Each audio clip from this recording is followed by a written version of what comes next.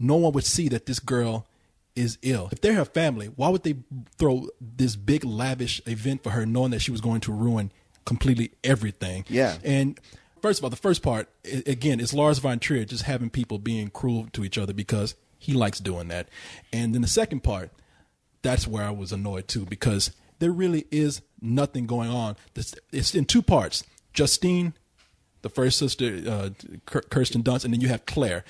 Claire, I don't even understand what the second part is that about, because it is really nothing but her walking around, looking worried, occasionally looking on the internet to see if the planet's really going to hit, asking her husband if the planet's really going to hit, go up and cry a little bit more.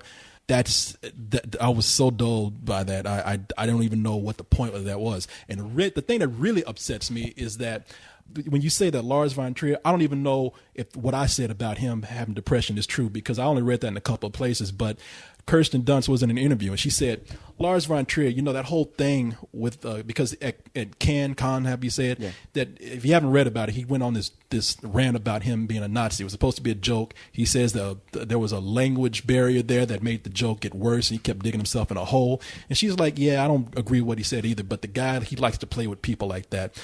I might agree that the guy really does have depression. That's cool. But I don't think, and I know this is where you're going to really hate, Cyrus, me using this word, but I do think his representation of depression and anxiety in movies has reached a point of pretension. I don't think it's genuine anymore. I think it's there because it has become a cheap way to get a rise out of people. Because when I look at that first part with people being cruel to each other, there's no point of any of that except for people to be mean to each other. And that's my problem with this movie. Completely pointless to me.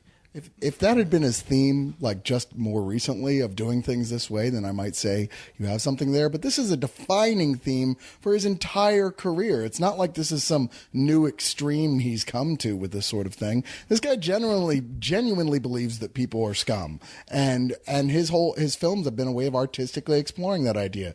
Do I agree with his philosophy of life? Absolutely not. Of course some people are scum, but generally speaking, I'm pretty much an optimist when it comes to humans. I give them benefit of the doubt more often than not. Yeah. But he expresses himself beautifully about this idea that I don't agree with, and I consistently enjoy seeing his films, and this is not an exception. I enjoyed this as well, although I will hand this to you. This is by far the slowest of his films I've seen since the early stuff in his career. I mean, I think like the last film that was this slow was Breaking the Waves, but that's a great film, though. I absolutely adore that movie for lack of a hell of a lot happening during it. Except they just beat the shit out of Emily Watson the entire time. They do. This is a film, like I said, I was with co-host. The first half I was just frustrated. I'm like, whether or not it was her fault, she is being a bitch through it. And I didn't feel any sympathy for her in there. I was like, I don't know enough about her to feel sympathy for her. Like everything you're talking about, you guys put onto there. Yeah, you wrote her backstory yourselves. I agree with that. That wasn't in the movie. All we see is her being a bitch. Them trying to get she's being. No, we have no idea to where she can't cheer up. We have no idea how she got to that position where she is. There's never a point in that movie where because that's what I was looking for. I was looking for something to redeem, to have her character be somewhat redeemable to me, because I'm like, yeah, it seems like she just doesn't want to be there because she's not in love. But that doesn't give me anything to make me care about her. No, there's never a point in the movie where they give a backstory to her. Her brain chemistry is just messed up. I mean, but you're assuming that. I've seen it enough. I can't give a blank check to people with poor brain chemistry. I'm not writing a blank check. It's just, it is what it is. If a person has cancer, you don't go like, dude, you walking too slow. You getting on my nerves. That's not exactly the same thing. You don't think it was chemical in her head? Yeah, it is. No, because there are medications you can take so you don't act as psychotically as she does in the first half of this movie. This is bullshit. And she does stuff that it goes well beyond just acting like depressed at a wedding. She goes way beyond the pale into places where I don't care what's wrong with you. You deserve to be like, have all your friends and family go, you know what, just don't talk to me. If there was another character there to really address that, to really go, look, I've known this girl. That was a wedding. Everyone in her life was, the majority of people who knew her were there at that wedding. And you didn't get any sense like, man, this girl should not be doing this. There wasn't somebody going, she shouldn't be doing this because she's not well. Oh my God, I got that the whole time. Even when her sister's saying like, don't do a scene, don't do that thing you do. With the mom, you can see that the mom has some illness. It's passed down. I'm not reading into it. It's right there on the screen. Yeah, I'm right there with you, man. I mean, to the point where they have to like pretty much escort her into the bathtub. I mean, the point where Charlotte Gainsbourg says to Kiefer Sutherland, her husband, like she says she's ill. You know, I mean, well, that's in part two. That you don't get that in part but one. But it said in that the all movie, though. happens. You know, if you're that emotionally crippled, there's no way you would get married at all. How would she even get to that point? Because you think maybe if I do this, the people go through this like, okay, if I do the things that other people do to make them happy, then maybe it'll make me happy. If I get married, then that should make me happy. Well, regardless of no sympathy for her. Well, the thing it's is, like, I'm sorry that there's problems with your brain, but you just brought, because of your problems, misery onto a whole nother group. Because of people. Everybody's like, come on, be happy. And the whole film, they're like, come on, this should make you happy. You need to be happy. And that's why, we're both contextualizing this differently. I know. I was just saying to go back to a point I was saying earlier. That's why I didn't really care for that first part, because I believe that this was an ill girl who was put in a situation where somebody should have said, been responsible for her and said, like, look, we know this girl is ill. Why are we throwing all this sensory overload at her? I didn't buy it. That's what didn't make sense. Either way, it didn't seem entertaining to watch. It's just exactly. That's why I will say that the part two, I'm shocked that you guys didn't find it interesting, because I thought part two is when everyone woke the fuck up, where there was another problem going on besides Kristen Dunst. If she has problems or not, who cares? There's another problem that's a lot bigger than her. And I liked how her sister was interacting with her family, how her family was reacting to what was about to happen, and even to her sister, who her sister just didn't give a fuck, but she had family, and she was like the only one there with a conscience that was worried about, is this planet going to come and destroy all of us? And why isn't anyone really making that big of a deal about it? And I like the stuff in the beginning. There's like maybe about 10 minutes in the beginning of where you see the end of the film, but they also see a series of very surreal, dreamlike images. And it's mainly in the second half of the film that you see like the real world version of these images start to come true. And that was really interesting to me, trying to find all the spots where, that's where we saw that. I thought that was real creative what they did. To agree and disagree with you on two things, I know Lars von Trier has based his work on depression and sadness and anxiety and all that. And I feel like the more he starts to do it, at least in this film, who knows what'll happen in his next movie. I just feel like it loses substance the more he does it. Like I said, at this point, there's nothing else going on except angst and cruelty and depression. There's no real story there. But I will say this, the movie is amazing to look at, and Kirsten Dunst, I thought, was amazing also.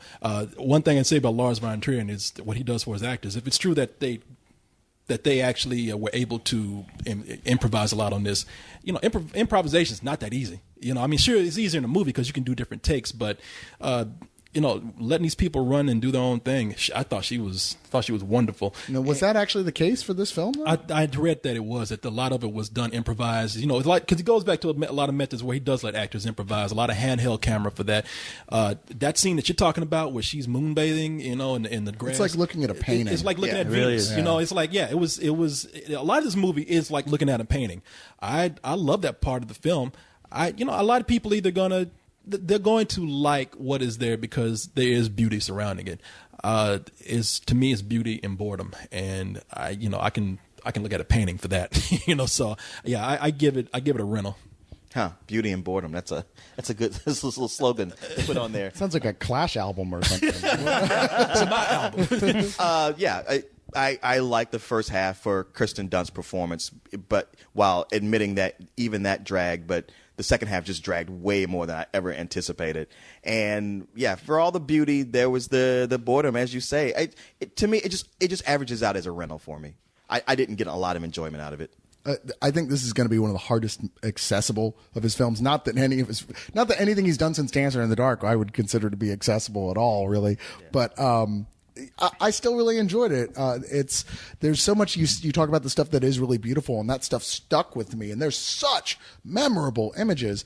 And like co-host and I were talking about earlier, the whole concept of thinking about this end of the world and like what these people would do, and getting into these people's heads and watching this sort of inevitability, this ultimate sadness play out. I mean, like, we're not just talking about death; we're talking about obliteration. Death, period. underlined. Yeah. Total obliteration of everything any human has ever done. And that's a lot to really kind of meditate on. And that's what that second half is about. And that affected me. I was affected by it. I thought that like that imagery earlier in the first part of the film, that surreal visions of stuff we see later, was just seemed that much more haunting and apocalyptic on realizing what all that stuff was, what was going on. I really like that part so much that I almost can forgive how much I really hated the first half, but it all kind of averages out to about a low matinee for me. It's far from one of my favorite Lars von Trier films, and I think most people don't consider themselves big fans of very arty films, or know they don't like Lars von Trier, are going to want to avoid this one like the plague. But for people who do like von Trier, I think they're going to like this one as well. Yeah, I mean, I agree. Yeah, I obviously agree with a lot of what you said, especially with part 2, which the idea of how people would react in a situation like that. I thought he captured at least how I would think people would end up going through that. Sure, it's not going to be everyone's 2012 version of what they'd like to see as far as the end of the world, but that when it's more subtle and they're actually thinking and dealing with family members and how they react with the inevitable, the end, I found fascinating with this film. Kristen Dunst, when I think about it, this is the first time I saw her act something like I've never seen her act before. Whether that's good or not, at least if she was supposed to play a bitch or if she's supposed to play somebody who's needing help, she did a good job, even though I didn't care for her at all. I didn't care for her character. But the movie is gorgeous to look at. But I'm looking at it as a whole. I can only really give it a rental because this is a movie that is not meant for everyone by any stretch of the imagination. If I was at home watching this, I'd probably fast forward to get to the meat of it. If it was a rental, which is the only reason why I'm giving it a rentals. So yeah, that's me. Yeah. What would you? But the thing is, I also like to say that I think a movie like this is fascinating enough to where we can have a discussion like this, right. Especially thinking about the characters and at least how we interpret them, which I think this guy is really good at. He really leaves his movies open up to interpretation, even if he wants to admit that they're not coming from a deep place from him, or if he goes in a written interview saying, well, maybe they are. I Right. love the discussion that they bring. I got to give him credit. He made us sound smart. That's not easy. Yeah. We even referenced Herman Melville. I know. That should be a goddamn better than sex movie right there. Yeah, he made you. It is actually makes sense for a change.